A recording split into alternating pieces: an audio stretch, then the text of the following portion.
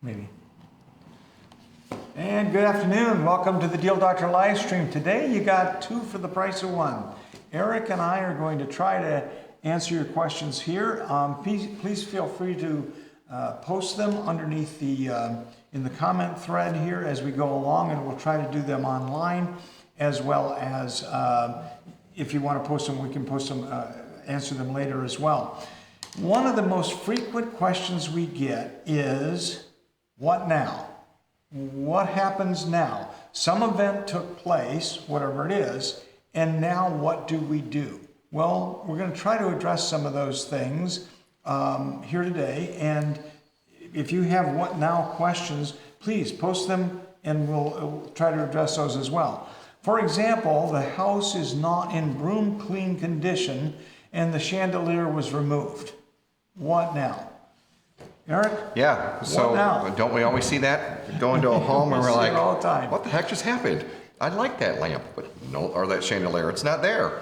Or it got switched and no one even said that they were going to switch something out. So what now? Well, normally within a purchase agreement, a lot of the purchase agreements will have language to try to address some of these situations with a walkthrough.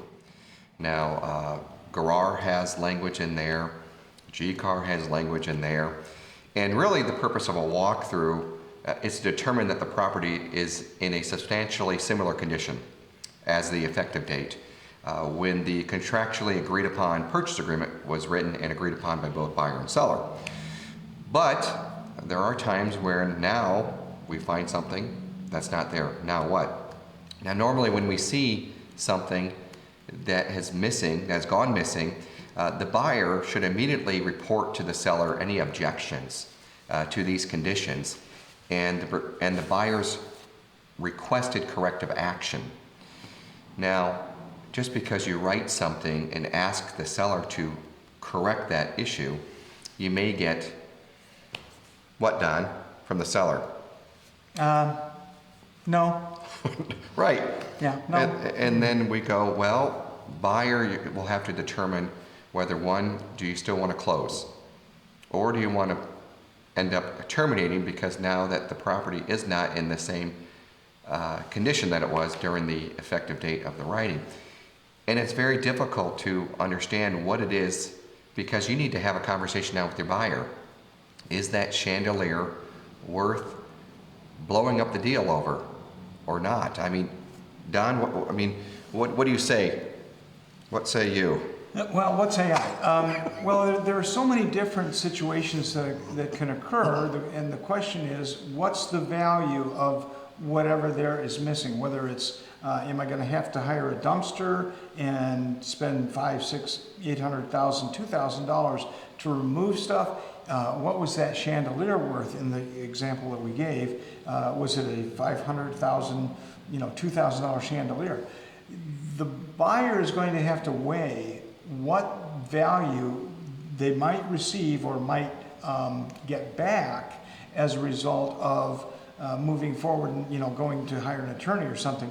Sometimes it's easier to negotiate it and reach some sort of settlement before pulling the attorney trigger, because ultimately if you go to a small claims court or for even greater value in a different court, you're going to incur some attorney fees. The question is that going to be worth it?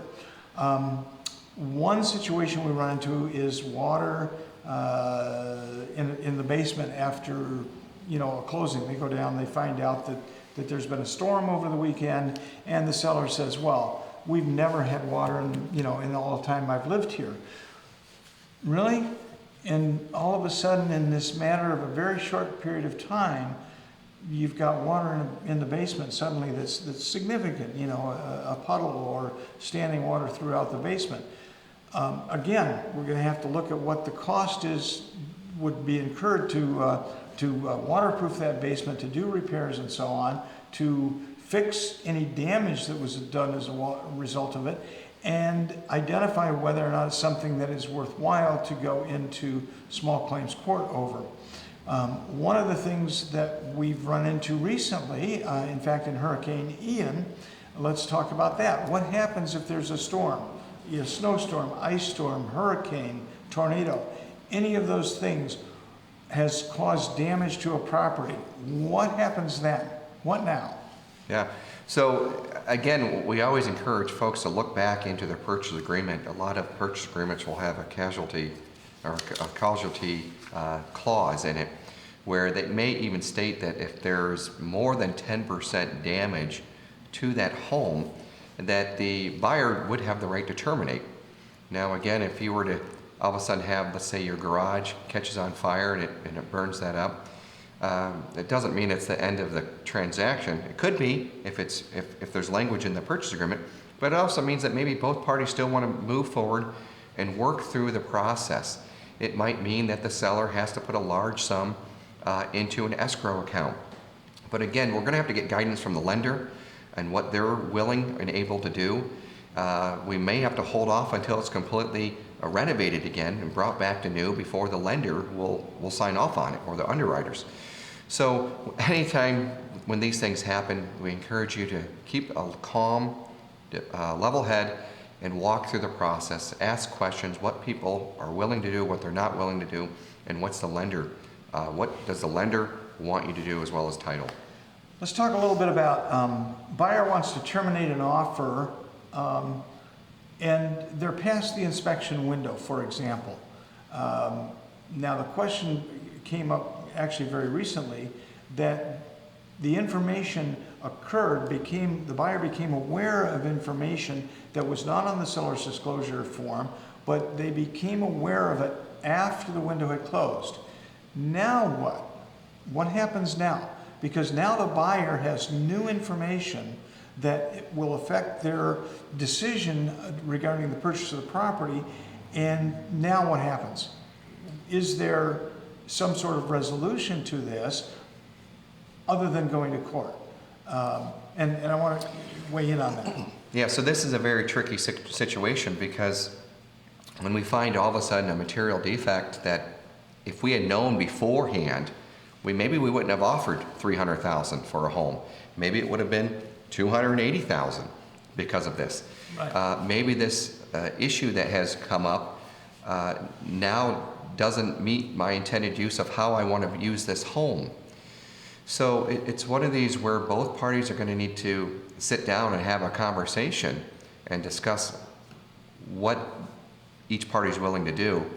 And sometimes it ends up just where both parties need to terminate and move on their separate ways.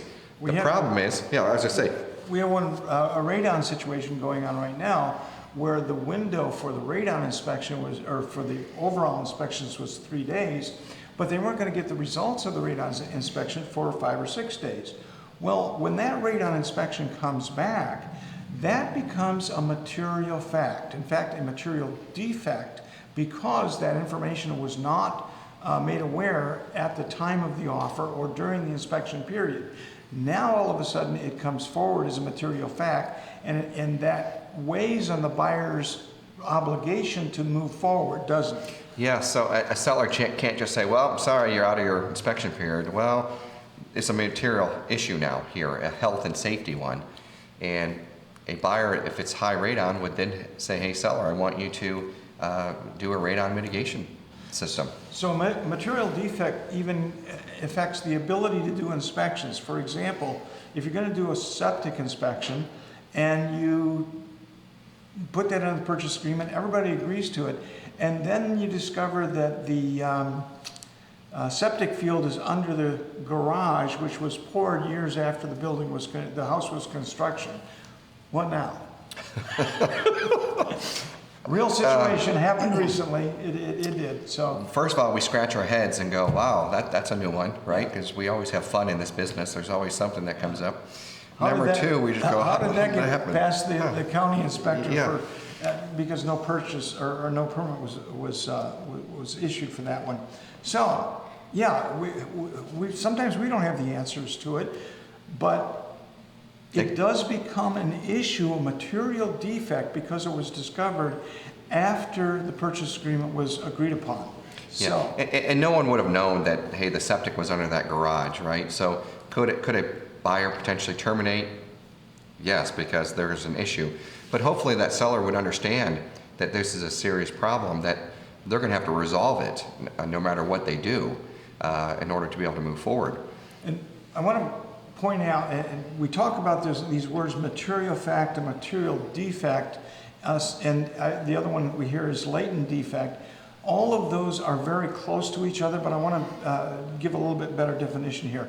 A material fact is a fact that a reasonable person would recognize as germane to a decision to be made, as distinguished from an insignificant, trivial, or unimportant detail. In other words, it is a fact the suppression of which would reasonably result in a different decision. For example, again, if the seller withheld information about an occasional water showing up in the basement every third Tuesday, that's a material fact. It would have a bearing on the buyer's decision to buy, wouldn't it? Yes, it would. And so I wouldn't have offered $500,000. Exactly. So all of a sudden this information comes forward. Now, as agents, are we allowed, if we know that, are we allowed to withhold that information in the course of a transaction? No. Okay. Our attorneys would say we must disclose. Yeah, we cannot withhold material facts even if our seller wants to withhold them and chooses not to put them on the seller's disclosure form. We are bound to disclose that information. So a material defect is a little more narrow in the scope, whereas a material fact would be anything that a buyer would deem to be important. A material defect is a provision that it doesn't work according to the designed, according to the intended use of its specifications. So, for example, a leaky roof would be both a material defect and a material fact, right? Mm-hmm. Yeah. Yes. Okay, so, but what about traffic noise or obnoxious neighbors? They don't prevent a house from operating or being used as intended, right? Correct. Or do they? Well. Or do they? Or do they? So, if you're near, if your home is next to a raceway, you might want to disclose that. so if you buy the home that's next to a raceway, great example, or near a raceway, great example, because if you buy that home on a Thursday when the racetrack is closed, and then all of a sudden they fire up the engines on Saturday, now you've got a different situation that all of a sudden this is what would be considered a material defect. It's something that you discovered after you wrote the offer, right? Correct. Same thing would hold true if you went through the property and then 2 weeks later discovered that right next door there was the neighbor had 6 Rottweiler dogs in a dog run, right, and they were all barking. Okay, well, that's kind of a material defect. It doesn't allow you to enjoy your property as your property was intended, right? So now we're getting into some very legal gray areas, and when you run into these things, by all means, call us and we'll help you get your way through them, navigate them. And if we can't, we'll get you in touch with an attorney who might be able to. So latent defects is another category. It's slightly different, but they are defects that a buyer would not reasonably be expected to ascertain or observe by a careful inspection of the property, and that would pose a direct health threat to a buyer or someone they invite onto their property. For example, soil contamination by fuel oil, fertilizer, asbestos on furnace vents, radon and formaldehyde, and urea formaldehyde film, which we don't see a lot of anymore, but it's still out there. And asbestos in the roof or in the siding material, right? Or furnace ducts. Furnace ducts. By law, the listing agent cannot withhold that information. So again, what now? We find out that the composite material on the outside of the building, the outside of the house, has asbestos in it. What do we do now? Well, if I'm representing the buyer, or are you representing the seller? Who do you want to represent? I'll take the buyer. Okay, I'll take the seller. Once I've learned of this, what I think the very first thing would be is, as an agent, you got to sit down with your client and say, look, we need to truly find out what the extent of this is from a health issue is. And might be new, so you might need to hire a company, an asbestos company, or a environmental consultant to find out what's really going on here. And number two, you're going to have to update your seller's disclosure, because now this is a new issue, right? And we're going to have that hard conversation with our client. I'm representing the sellers and saying, hey, look, we really, by law, now need to update a seller's disclosure. Guess what happens after you update that seller's disclosure and then turn it over to the buyer's agent? I believe they get 72 hours, or I think it's 108 if they deliver by mail. So 72 hours to be able to terminate. Exactly. So it's not in the best interest of both parties just to say, well, we're done. Why don't you try to talk through it, see what resolutions the buyer and seller can come up with, and try to still keep the deal together. But I'm going to throw another wrench in here. Of course you are. It's what we do. We do this all the time. So let's pretend that we have that situation where the seller has discovered some information, whether through inspections or a new event, a new water leak, whatever it might be.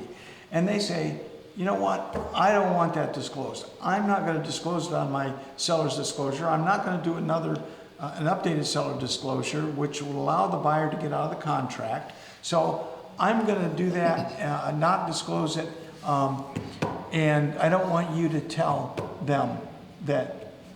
Yeah. Yeah, okay, now. So now we have a client that's not going to be reasonable. And this is where you need to have the backbone to sit down and say, oh, unfortunately, I have laws as a real estate agent that I must follow. The occupational code is going to, one, require me to disclose these types of defects.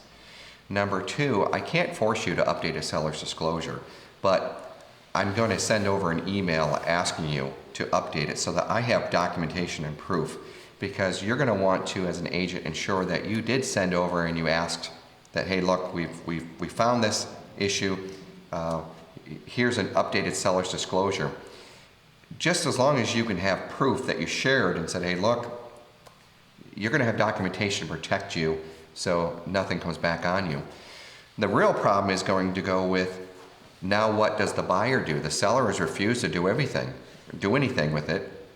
You've just said, hey, buyer, here's what I know about this. I have to tell you. Your seller's not going to like you. It could jeopardize your relationship. But you have a requirement under the occupational code to disclose, and under the Code of Ethics, Article 1, dealing honest with the public. So there's a bunch of, there's multiple issues that if you don't disclose, you could be Well, here's what I'm under. going to pose Jane Overbeck's question to you right now. Okay. Because there it is, right? She just posted, thank you, Jane, by the way. What if in estate property, sellers don't have to disclose according to law, right? Under estate property law, or under state disclosure law, they're exempt. But Jane noticed that a tile floor in the basement was from the 1950s, which is known to have asbestos in it, but she doesn't know for sure. Does she have the responsibility to disclose it? When in doubt, they would always say disclose. It's better to disclose than get deposed. And again, whether we know that's vermiculite, which came back in the 30s and 40s from one of the major mining issues, we don't know. We are not experts in asbestos. All we can do is recommend to the estate, hey, if you believe that there might be concern, maybe they need to hire an environmental consultant to see if it's truly safe for the public. Because I once spoke with Gail Anderson about disclosure laws, and there are other disclosure laws outside of what we're used to, just on the seller's disclosure. Exactly, and this is a perfect example of it may not fall under the seller's requirement to disclose, because they are only required to disclose to the best of their knowledge. Well, they're not the ones who discovered this, and it's really outside the scope of the disclosure, which is to the best of their knowledge, if they don't know. However, there is some health and safety issue, as we talked about material facts, material defects, that we've now identified something that could be a health hazard.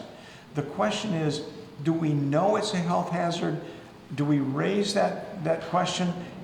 I think in this kind of a situation, if you have sufficient knowledge of that particular composition of tile, which did include asbestos years ago, or vermiculite, as in the case we ran into last week, I think there's some reasonable obligation to disclose that there might at least be something there that a buyer should have some awareness of.